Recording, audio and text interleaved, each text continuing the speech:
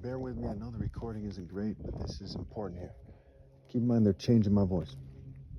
So everyone in California knows that the craziest groups of people here, when we're talking about mental illness, are white people and Jewish people.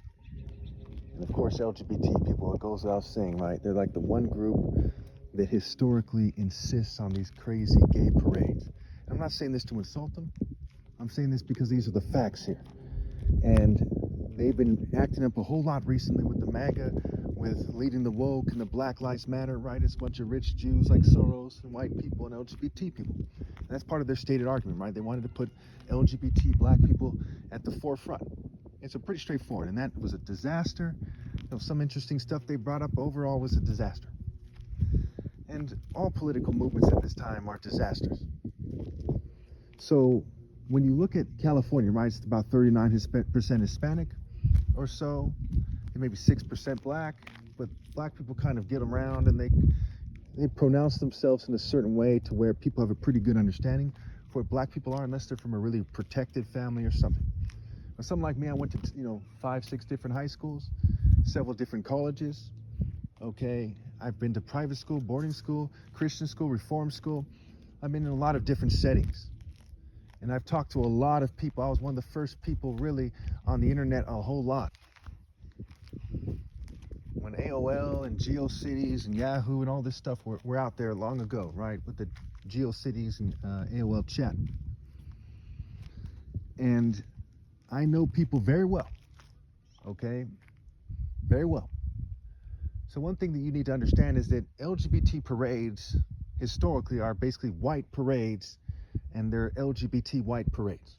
Okay, there's different races there, but quite often they're Greek societies, Greco-Roman culture, okay, white community heavy, Hollywood, we think a bunch of rich, gay, white people, Jews, right? So they're white, and where Jewish culture is very white, because you have Jewish culture that is, sort of Old Testament reading, right? Rabbinical, Orthodox. People think of Yiddish, the Yiddish community, and various people like this, right? With yarmulkes and different kind of Jewish looks to them.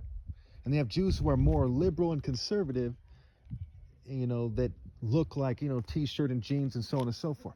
And a lot of times they're in Greek society. So it's these white and Jewish, and white Jewish, very white culture Jewish cultures. They give us a lot of the insanity we see here in California, right? Black people are only 6% of California, and there's a lot of resentment against black people even here in California. They don't have that much power here. Man, have we ever even had a black governor? I don't think we had. Right? They don't have that much power here. So when we look at the cultural failure, it is laughable to point at 6% of California, where a lot of them are homeless, a lot of them are drug addicted, some of them are locked up and what have you. 93% of them or so, the adult males are employed, something like this. To look at these people and say, hey, the problem is coming from there. We see in my videos where I'm provoked in the next week, and for the last 16 years or so, especially the last 14 or so, when they started really getting on my case, we see that they're trying to scapegoat me as if I'm responsible for the problems in California. As if when I get angry and raise my voice, like so many people all across the internet do, all across the world do so often, then magically there's something wrong with me. It's like Tupac said, and I brought this up many times for many years. He said they're calling me a madman because I'm strong and bold. Something to the effect of talking about the lies they told. It is very foolish and very silly of them.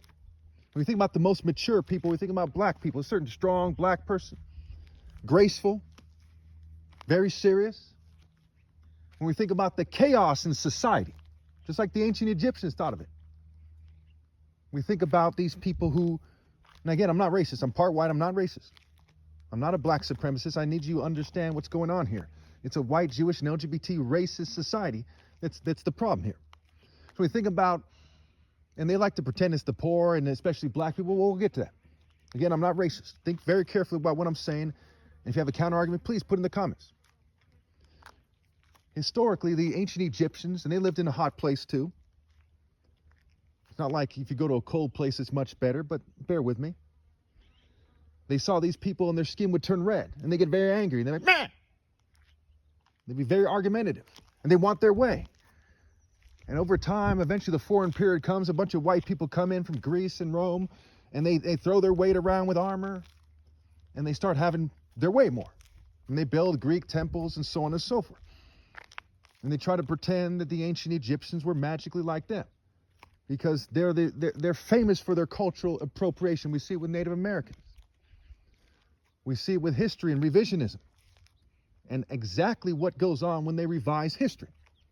We see them paying various token minority groups to confuse the issue by getting them to behave in a certain way or make certain claims, like about Cleopatra and so on and so forth, when people were saying she's from the Macedonian line, Greeks and Macedonia and this kind of thing, that kind of genome.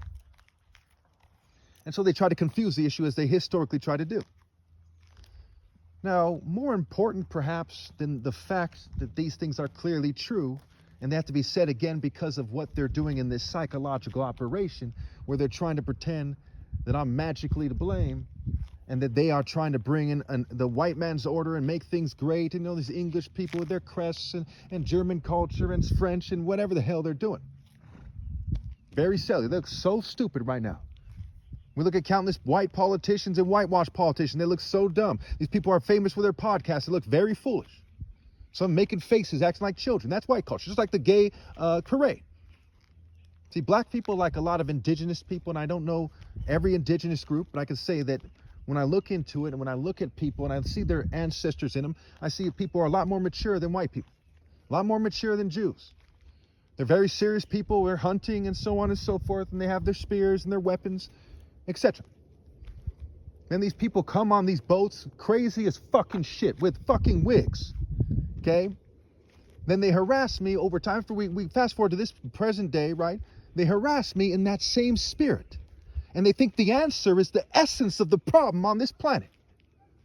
It's that neo-colonial madness that defines white culture, that subdues white culture, and any cultures that are willing to be submissive to it.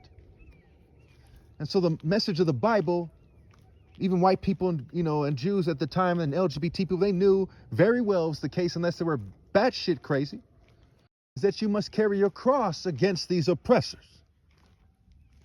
If people start saying that Nero is magically right, and that you must uphold Roman culture, you must carry your cross and be willing to die rather than assimilate. And so it went all throughout history. It wasn't just King George and Caligula, and Vespasian and on and on and on and on. Even Julius Caesar, they praised so much, it was a madman. Mark Antony was a madman. Every Roman Caesar and senator, as far as anyone knows, was batshit fucking crazy. Some argued things that were more logical than others, but they were all fucking crazy. And that is what Western culture is based on.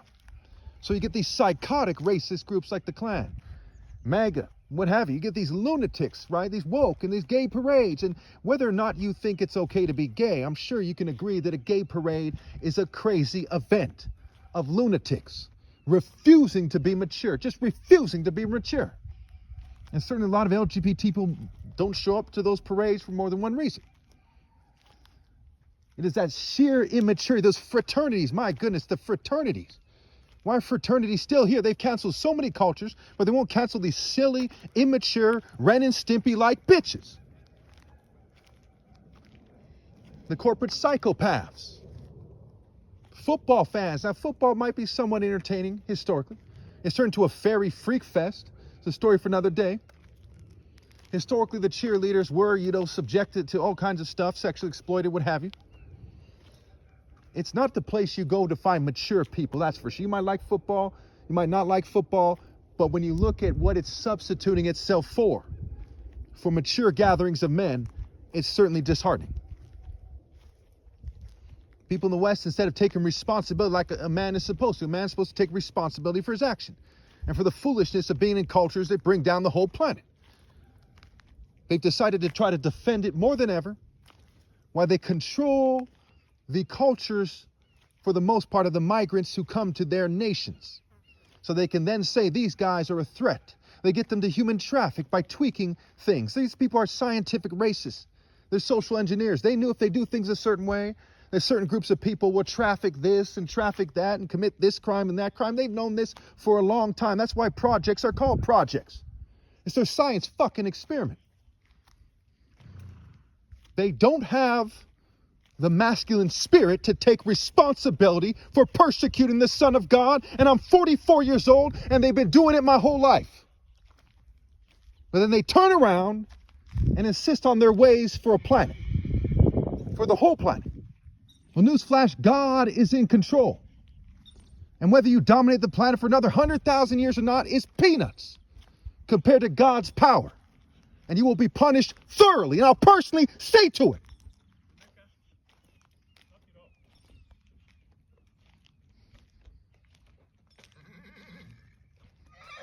I'll personally see to it. And because you had my father interrupt me just now, I call on God Almighty to punish everybody outside the divine order and to cook them and their offspring thoroughly.